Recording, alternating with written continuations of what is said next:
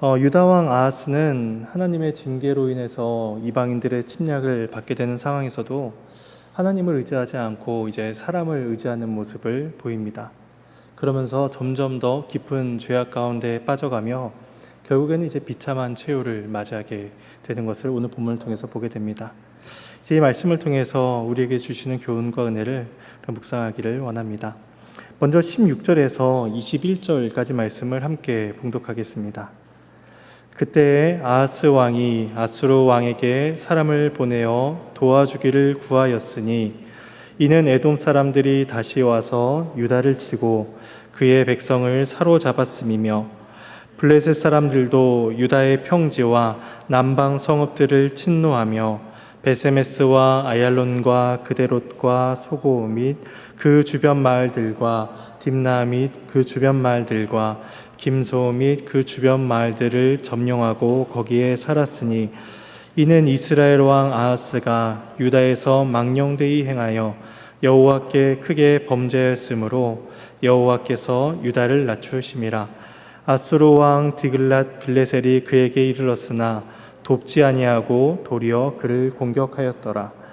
아하스가 여호와의 전과 왕궁과 방백들의 집에서 재물을 가져다가 아수르 왕에게 주었으나 그에게 유익이 없었더라. 하나님의 말씀입니다.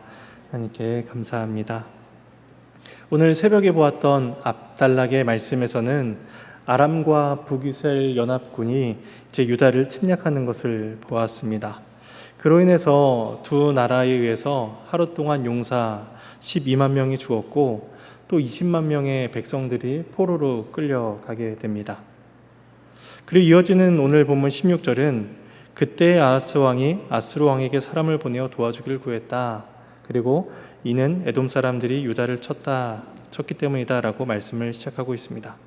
오늘 본문은 이제 에돔이 유다를 공격해오자 이제 그때 아하스 왕이 아수르 왕에게 도움을 요청한 것처럼 보여집니다. 이것은 병행복문인 열왕기하 16장 7절 9절 단락과는 조금 상충되는 것처럼 보여집니다. 왜냐하면 열왕기하에서는 앞서 아람과 북이스라엘이 공격을 해왔을 때에 아하스가 이미 아수르에게 원군을 요청했고 또 아수르 왕이 곧바로 출정하여서 다메섹을 쳤다, 아람 왕을 죽였다라고 말씀하고 있기 때문입니다. 그래서 열왕기하 16장 9절을 제가 읽어드리겠습니다.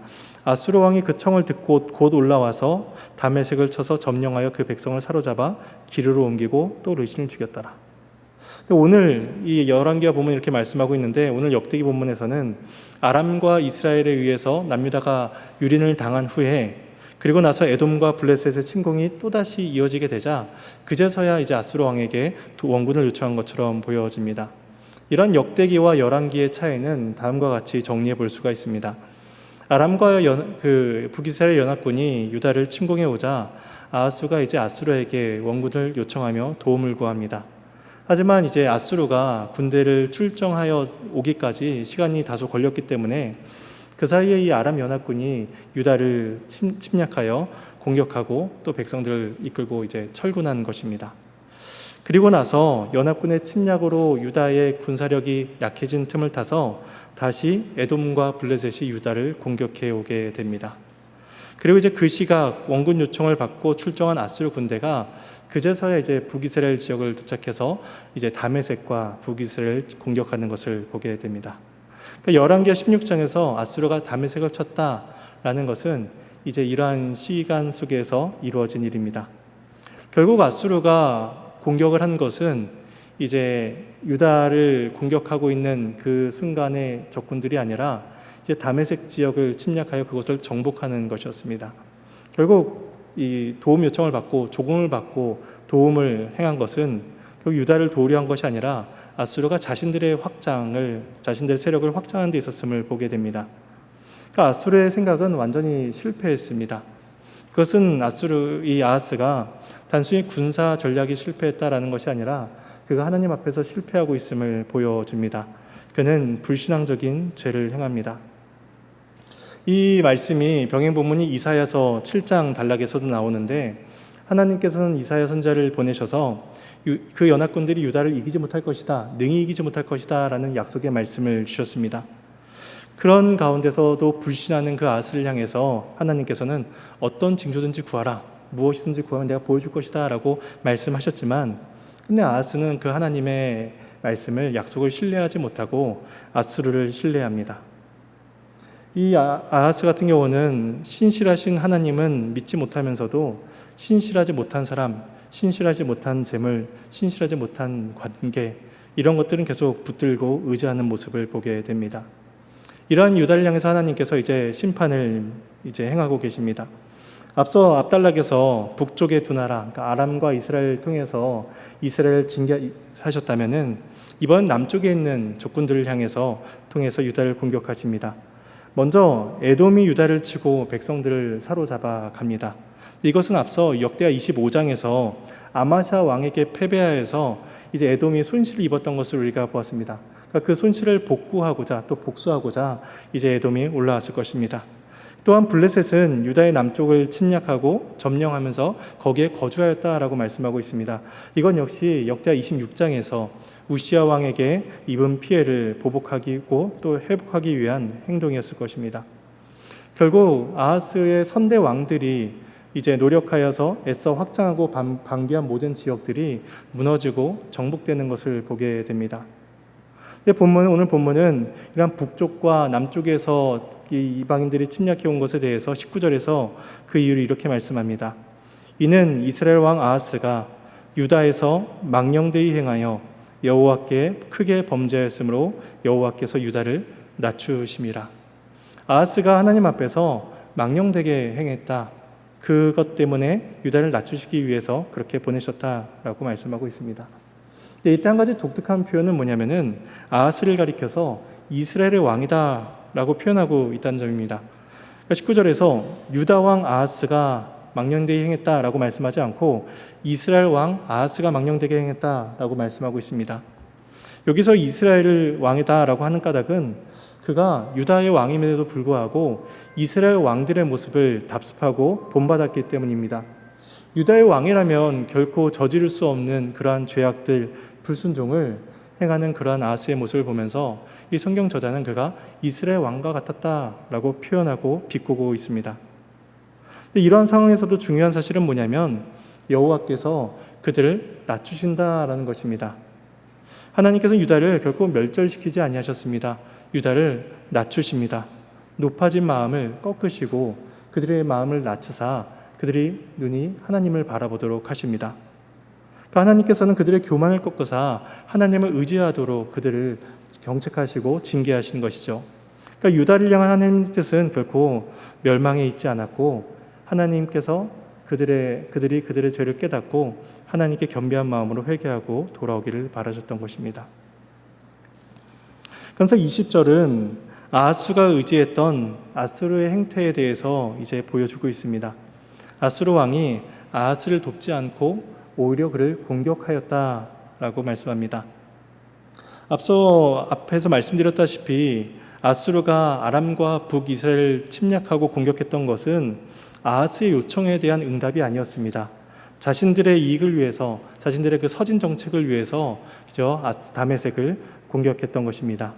그러니까 그들은 얼마든지 자기들의 이익이 된다면, 또 자신들이 원하는 목적이 이루어진다면 언제든지 남유다까지도 침략할 준비를 가지고 있었던 것입니다.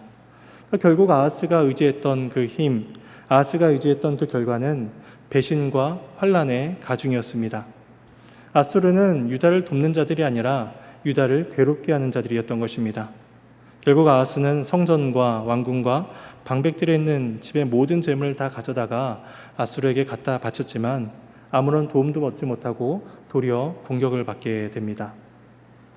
결국 16절에서 21절 단락은 앗수르 왕에게 도움을 요청했다라는 그 말로서 16절에서 시작하고 그 결론은 아하스가 앗수르에게 아무런 도움을 얻지 못했다라는 결론으로 이 단락이 맺어지고 있습니다.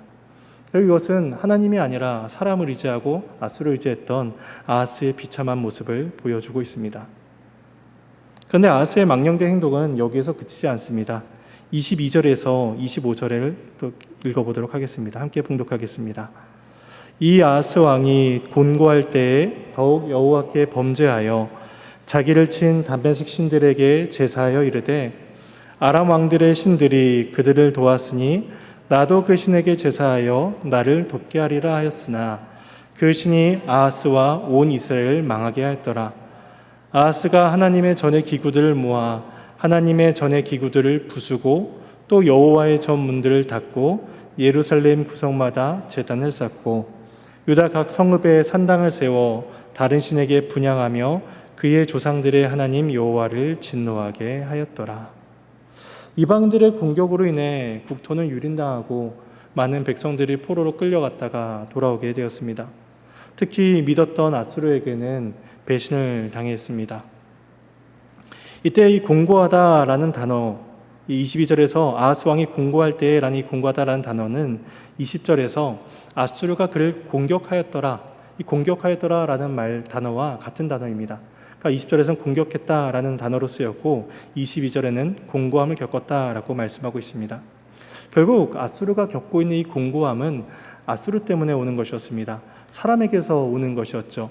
그가 믿고 의지했던 사람에게 받게 될 것은 평안과 안전이 아니라 바로 공고함이었습니다. 그런데 하나님께서는 이 공고함을 통해서 아하스가 하나님께로 돌아오기를 원하십니다. 하지만 아하스는 끝내 회개하지 않고 더욱더 하나님께 더 큰 죄로서 나아갈 뿐입니다. 이런 아하스의 모습은 인간 본성이 얼마나 완고하고 또 패역한지를 보여줍니다. 우리들의 안에 있는 이 죄의 본성은 우리에게 닥치는 고난 속에서 우리를 하나님께로 이끌어가지 않고 더욱더 마음의 강박함을 가지고 살아가게 합니다. 게다가 아하스 같은 경우는 이스라엘 왕으로서 합리적인 판단을 해야 했습니다. 합리적인 판단이라는 것은 그가 율법을 통해서 이미 하나님에 대해서 충분히 알고 있었고 또 그들의 조상들을 통해서 알고 있었습니다. 하나님께 나아가는 자만이 산다, 하나님께 나아간 자만이 구원을 받는다라는 사실을 그는 충분히 답습하고 또 경험으로 알았던 자였을 것입니다. 하지만 이 순간에 합리적인 판단은 그를 하나님께로 인도하지 못합니다. 그의 안에 남아있는 뿌리 깊은 죄성은 그를 하나님께로 나아가지 않도록 하고 더욱더 하나님께 죄를 짓게 하고 있습니다. 그래서 아하스가 선택한 방법은 뭐냐면 자기를 쳤던 다메섹의 신들을 의지하는 것이었습니다. 그가 이러한 생각을 한 까닭은 뭐냐면 앞서 아람의 신들이 자신들을 공격해서 유린하고 성공하여 돌아갔던 것처럼 자기도 그 아람 신에게 제사하고 그 아람 신을 경배한다면 그 신들이 자기를 도와줄 것이다 라고 생각한 것입니다. 그러니까 아하스는 인간적인 면에서 보자면 굉장히 셈이 빠른 사람이었습니다. 계산적인 사람이었던 것이죠. 연합군이 쳐들어오자 아수르에게 즉각적으로 원군을 요청했고 또 아수르에게 배신당하자 다시 이방의 신에게 도움을 청할 방법을 계속해서 찾고 있습니다. 하지만 그러한 인간적인 계산은 그를 결코 구원해주지 못하고 도리어 망하게 합니다. 그래서 23절 말미에서 이렇게 말씀합니다. 그 신이 아하스와 온 이스라엘을 망하게 하였더라. 그가 의지했던 이방의 신은 결국 그를 망하게 합니다. 그가 의지했던 아수르도 그를 망하게 했고 또 그가 의지했던 신도 그를 망하게 합니다. 근데 19절에서 아하스를 가리켜서 이스라엘의 왕이다 라고 표현했는데 이제 23절에서는 아하스만이 아니라 유다 백성들까지도 온 이스라엘이다 라고 말씀하고 있습니다. 그러니까 아하스는 유다의 왕이면서도 불구하고 북이스라엘 왕처럼 행하고 있었고 또 유다 왕임에도 불구하고 유다 백성들을 그 이스라엘 백성들처럼 대하고 죄악의 길로 데리고 갔던 것입니다. 결국 그는 멸망의 길로서 계속해서 나아갑니다. 실제로 아하스 통치 기간인 BC 722년경에 북이스라엘은 패망하게 되고 유다도 약 BC 586년에 그와 같은 결과를 맞게 될 것입니다. 그래서 아하스는 성전의 기구들을 부수고 또 부숩니다. 마치 자신이 겪고 있는 공고함, 자신의 실패, 자신이 겪고 있는 모든 어려움이 마치 하나님의 탓인 양 하나님께 바쳐진 모든 것들을 산상조각내고 그 또 성전의 문을 닫아버립니다. 이러한 모습은 단순히 물리적인 파괴를 의미하는 것이 아니라 그것을 넘어서서 하나님과의 언약을 파기하는 행위였음을 보여줍니다. 성전에서 이루어지는 일, 즉 하나님께 나아가 예배하고 또 하나님으로부터 주어진 은혜의 수단들을 누리는 모든 것들을 그가 마비시키고 파괴하고 있는 것입니다. 그리고 아하스의 죄악은 여기서 멈추지 않습니다. 그는 예루살렘 구석구석마다 제단을 쌓고 유다 각 성읍에 산당을 세워 이방신에게 분향을 합니다. 그러니까 온 백성들을 우상숭배로 이끌어갑니다. 우상숭배하도록 장려하고 그들을 지도합니다. 그러한 그의 행위는 여호와 하나님을 진노하게 만듭니다. 앞서 11절 이하에서 북이스라엘은 그 20만 명의 남유다 백성들을 포로로 끌고 가다가 선지자가 와서 여호와의 진노하심이 너희에게 임박했다. 형제들을 돌려보내라 라는 말씀을 듣고 포로로 잡아갔던 그 유다 백성들에게 옷을 입히고 신을 신기고 먹을 것을 주어서 다시 돌려보냅니다. 그것이 여호와의 진노하심 앞에 회복하는, 회개하는 북이스라엘의 모습이었습니다. 하지만 유다의 아하스는 그러한 회개의 모습을 갖지 않고 더욱더 하나님 앞에 진노를 쌓아가고 있습니다. 마지막 26절과 27절은 이제 아하스의 종결부를 말씀하고 있습니다. 함께 봉독하겠습니다. 아하스의 남은 시종사적과 모든 행위는 유다와 이스라엘 열왕기에 기록되니라. 아하스가 그의 조상들과 함께 누움에 이스라엘 왕들의 묘실에 들이지 아니하고 예루살렘 성에 장사하였더라. 그의 아들 히스기야가 대신하여 왕이 되니라. 그는 왕들의 묘실이 아니라 예루살렘 성에 장사됩니다. 21장에서 여호람 왕을 이제 열왕의 묘실이 아니라 다윗성에 장사했던 것 같이 이번에도 그를 그렇게 조치합니다. 이로써 그는 하나님 앞에서 완악한 자로 심판을 받았다라는 사실을 성경은 분명히 보여줍니다. 하지만 이러한 결과 후에 마지막으로 그의 아들이 히스기야가 왕이 되었다라고 성경은 또 기록하고 있습니다. 성전의 기구가 모두 부서졌고 성전의 문이 닫혀버렸고 예루살렘 곳곳에 산당이 세워지며 유다 백성들은 우상숭배의 길로 나아가는 그 순간에 하나님께서는 다윗 언약을 잊지 아니하시고 다윗의 등불을 끄지 아니하시며 히스기야를 통해서 유다에게 또다시 회복의 은혜를 베풀어 주고 계신 것입니다. 이제 말씀을 정리하겠습니다. 죄로 인해 우리는 공고함 속에서 살아가고 있습니다. 인간들을 의지하고 또 관계를 의지하고 여러 것들을 의지하며 살아가지만 또다시 공고함을 겪고 있는 우리들을 위해서 하나님께서는 구속의 은혜를 베푸셨습니다. 우리를 위해 죽으셨고 우리의 마음을 부드럽게 하사 구원의 기쁨을 누리게 하셨습니다. 이제 우리는 그리스도를 믿는 자로서 우리의 도움이 오직 그리스도에게만 비롯된다라는 사실을 기억해야 할 것입니다. 눈에 보이는 것, 사람들이 의지하는 것, 그것을 바라보며 소망하는 자가 아니라 신실하신 하나님, 언약의 하나님만을 우리가 의지하며 살아갈 수 있도록 주의 은혜를 구해야 할 것입니다. 이러한 은혜가 저와 여러분의 삶 가운데 있기를 소망합니다.